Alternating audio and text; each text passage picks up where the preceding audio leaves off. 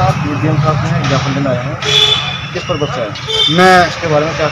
हाँ, मैं विनोद कुमार, जिला मंत्री उत्तर प्रदेश माध्यमिक शिक्षक संघ सेवारत जनपद बिजनौर का आज प्रतिनिधिमंडल प्रदेश के आह्वान पर माननीय जिलाधिकारी को ज्ञापन जो माननीय मुख्यमंत्री के लिए प्रेषित है किया है। और उसमें हमारी प्रमुख मांगे ये है कि जो त्रिस्तरीय पंचायत सामान्य निर्वाचन 2021 अभी संपन्न हुआ है, उसमें संगठन की मांग ये थी कि इस पंचायत चुनाव को कोविड-19 को देखते हुए इसे स्थगित कर दिया जाए, परंतु सरकार ने अपनी हठधर्मिता के कारण स्थगित नहीं किया।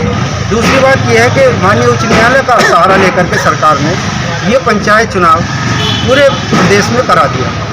अब जब कोविड हमारे साथियों में, शिक्षकों में, कर्मचारियों में, शिक्षा मित्रों में, निदेशकों में, अधिकारियों में जब कोरोना पॉजिटिव हुए तो वो बहुत सारे साथी हमारे बीच के असमय मृत्यु को प्राप्त हुए। अब हमारी मेन मांग ये है कि जब माननीय उच्च न्यायालय के आदेश पर उत्तर प्रदेश सरकार ने ये पंचायत चुनाव करा रहा है, तो अब माननीय उच्च न्यायालय कहता है कि जो लोग कोरोना पॉजिटिव होने के बाद मृत्यु को प्राप्त हो गए, अब उन्हें अनुग्रह राशि 1 करोड़ रुपए दी जाए। सरकार 1 करोड़ रुपए अब नहीं देना चाहती। सरकार अपने वायदे से माननीय उच्च न्यायालय के निर्देश को नज़रअंदाज कर रही है और 1 करोड़ रुपए जो अनुग्रह राशि है वो शिक्षकों को और कर्मचारियों को, शिक्षा मित्रों को, निदेशकों को, अधिकारियों को नहीं देना चाहती। दूसरी बात यह है कि जो 1 जून 2021 का शासनादेश गाइडलाइन अपर मुख्य सचिव मनोज कुमार जी के द्वारा जारी हुआ है, उसमें पैरा 12 में स्पष्ट लिखा है कि चुनाव ड्यूटी से 30 दिन के अंदर जो कोरोना संक्रमित कर्मचारी या शिक्षक होगा उसे अनुग्रह राशि के लिए सम्मिलित किया जाएगा। हमारी मांग है कि इस 30 दिन को बढ़ा दिया जाए, क्योंकि ICMR की कोई भी गाइडलाइन या भारत सरकार की किसी भी गाइडलाइन में ये नहीं दिया कि कोरोना पॉजिटिव होने के बाद आदमी कितने दिन में निधन हो जाएगा, असामयिक मृत्यु हो जाएगी। जब कोई गाइडलाइन इस समय नहीं है तो 30 दिन की बाध्यता समाप्त की जाए और जो साथी हमारे इससे पॉजिटिव होने के बाद हमारे बीच से निकल गए उन सबको अनुग्रह राशि के लिए सम्मिलित किया जाए। तीसरी बात यह है कि जो वित्तहीन विद्यालय जो असहायता प्राप्त मान्यता प्राप्त है और वित्तहीन व्यवस्था के अंतर्गत विद्यालय चल रहे हैं, उसमें मेरा स्पष्ट कहना है कि सरकार ने एक शासनादेश जारी किया और उसमें ये कहा कि प्रबंधक और प्रधानाचार्य जो वहाँ पर वित्तहीन शिक्षक काम कर रहे हैं उन्हें मानदेय दे।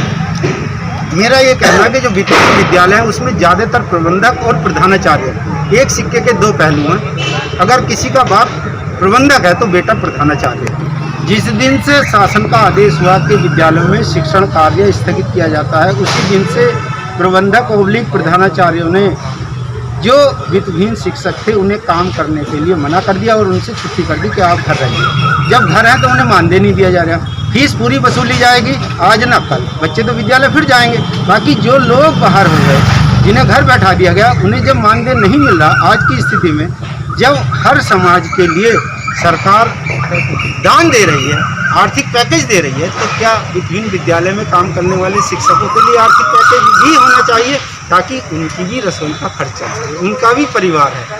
आज इस स्थिति में हमारे विभिन्न विद्यालय के शिक्षक साथी हैं कि वो सड़क के किनारे रेहड़ी पटरी लगा करके अपनी दिनचर्या का काम कर रहे हैं और 4 पैसे बड़ी मुश्किल से मुशक्कत कमा रहे हैं। तो ऐसी स्थिति में हम उत्तर प्रदेश सरकार से मांग करता है संगठन हमारा कि एक आर्थिक पैकेज विभिन्न विद्यालय में काम करने वाले शिक्षकों को भी दिया जाए। और तीसरी बात NPS के संबंध में हमें कहनी है कि जो हमारे साथी NPS वाले 2005 के बाद नियुक्त शिक्षक और कर्मचारी हैं जो कोरोना पॉजिटिव होने के बाद एक्सपायर हो गए हैं, उनके लिए जो NPS का अंश है उन्हें वो भी 100% भुगतान किया जाए, 100% पारिवारिक पेंशन के साथ साथ जो उनका अंशदान है, प्राण नंबर में जो उनकी कटौती हुई है वो सरकार उन्हें 100% भुगतान करे उनके परिवार को। इसी मांग के साथ हम जो है आज माननीय मुख्यमंत्री के लिए माननीय जिलाधिकारी के द्वारा हमारा एक ज्ञापन गया है और हमने मांग की है कि सर हमारे ज्ञापन को माननीय मुख्यमंत्री जी तक प्रेषित कर दीजिए ताकि हमारी बात सरकार में जाए और हमारे लोगों की समस्याओं का निदान हो सके। धन्यवाद।